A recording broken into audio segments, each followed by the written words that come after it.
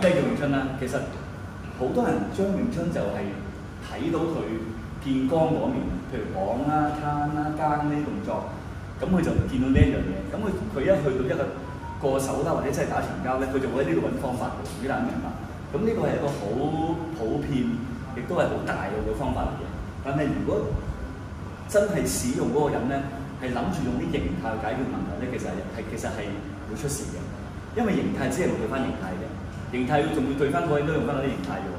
即係我呢一個錘，只係我解決嗰粒特製嘅釘嘅。我咁講明白？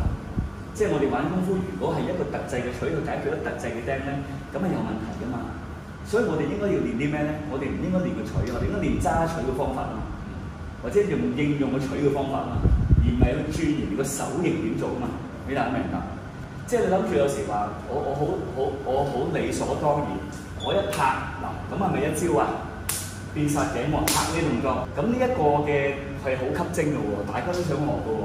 但係問題就打長針交，我可以話俾你聽，呢隻手唔見咗㗎啦，收翻起咧，你冇得做㗎啦。又或者係你打唔到拳收手，係啦，我追唔到你㗎，你明唔明白？所以如果你仲係諗住希望你嚟嘅時間，我拍佢嚟，咪得，除非你真係就住我㗎咋。咁啊，你會問，咁你就會問我，咁我呢個動作練嚟做咩？呢啲動作，我哋就係借助呢個方法嚟練其他嘢嘅。譬如練啲咩啦？練個重心嘅個穩啦，或者練緊而家我做呢一個動作，橫拍呢個，佢隻手喺度，我拍，我隻手會喺適當嘅位置就會回收翻嚟。我學識一條數，就係我隻手要出幾多就會翻，唔好完全去晒。我講明白？我哋嘅功夫係出現咗喺邊度咧？就係當我進攻嘅時候，突然間嗰個人佢會還手，突然間佢會還手。即係我而家進攻時間，你還，我喺呢位突然間會還手。我嗰時候就睇下我平時嗰啲法度會唔會過龍啦，會唔會做咗啲即係唔對口嘅嘢啊？即係例如頭先我打你還手一次呢位置嗱，好啦，如果我冇學過咧，我啲手會突然間做得好低，因為我控制唔到佢嘛。又或者係我呢啲手咧，我冇功夫嘅背景咧，我唔知道揾邊個位打佢，你明白？即係或者就算打咗都冇效率啊！但係我因為有練過功夫咧，我啲動作而家我做呢啲手咧，我都可以好重。你大家明唔明白？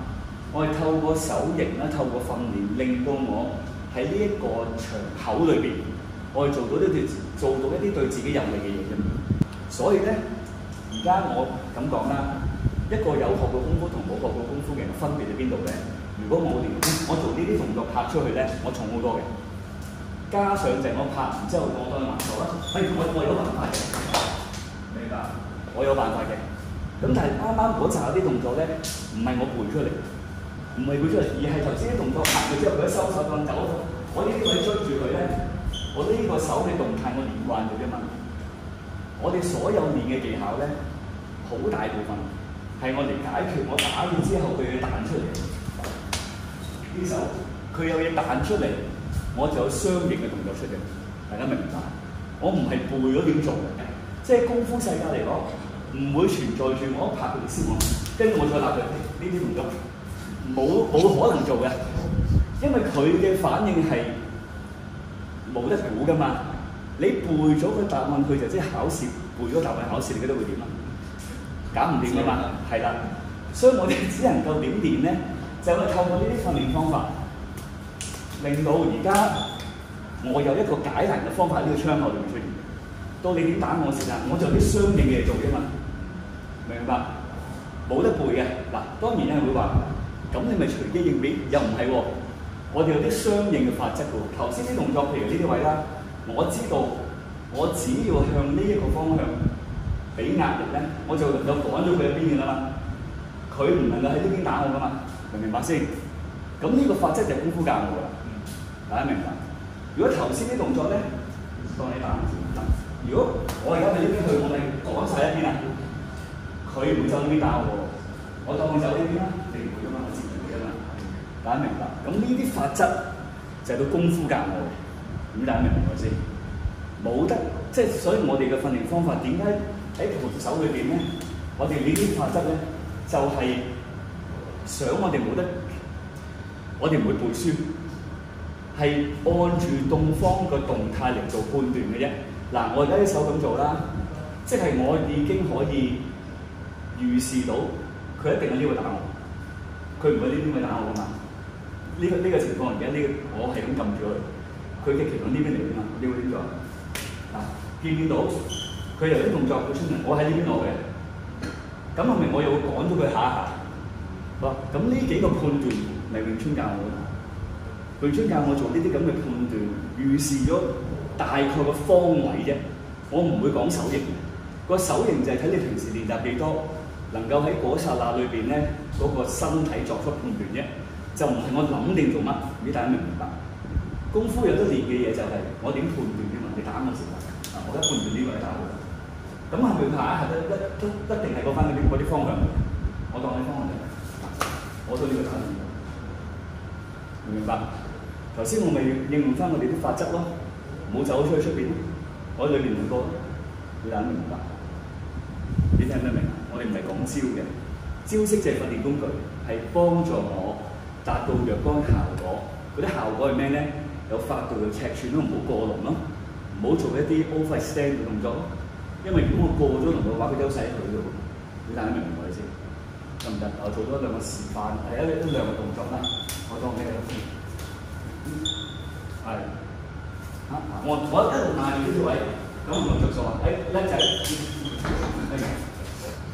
我都唔記得咗發生咩事啦。總之就即我撳咗個時間，佢都搬我呢邊嘅，咁佢轉得快啊嘛，咁跟住我就打散咗佢。我咁講啦，講速度我唔夠佢嚟㗎，即係佢後生我太，即係一個距離。我只係我同佢講，我只能夠同佢鬥熟嘅啫。我鬥熟，鬥啲乜嘢熟咧？搶完之後，我唔放俾佢做啫嘛。你大家明白？即係咩叫做唔放俾佢做咧？我壓住呢個空間啫嘛。我壓住空間，即係其實成個詠春嚟講呢啲嘢啫嘛。我而家呢度向住你，咁你點做啊？點啊？嗱，咁咪我咪一路壓住咯。咁喺佢角度嚟講，你仲還收息？我都係做翻相同嘅嘢啫嘛。明白？你就我都做呢啲啊。明白？你熟一下就好過學一千招，唔知人明唔明白？即係將嗰一下嘅效都練出嚟啫嘛。嗰一下我頭先嘅動作就係唔好做太多嘅嘢，我哋搶住呢個空間。咁樣嘅，咁你要做咩？喂，一齊咧，係，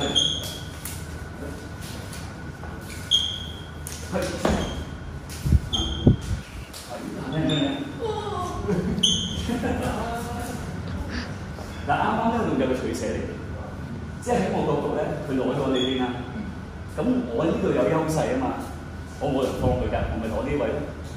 咁喺佢嘅角度嚟講，即係佢開頭佢應該諗住我會轉翻過嚟嘅，佢冇諗到我打佢最平嘅，唔知大家明唔明白？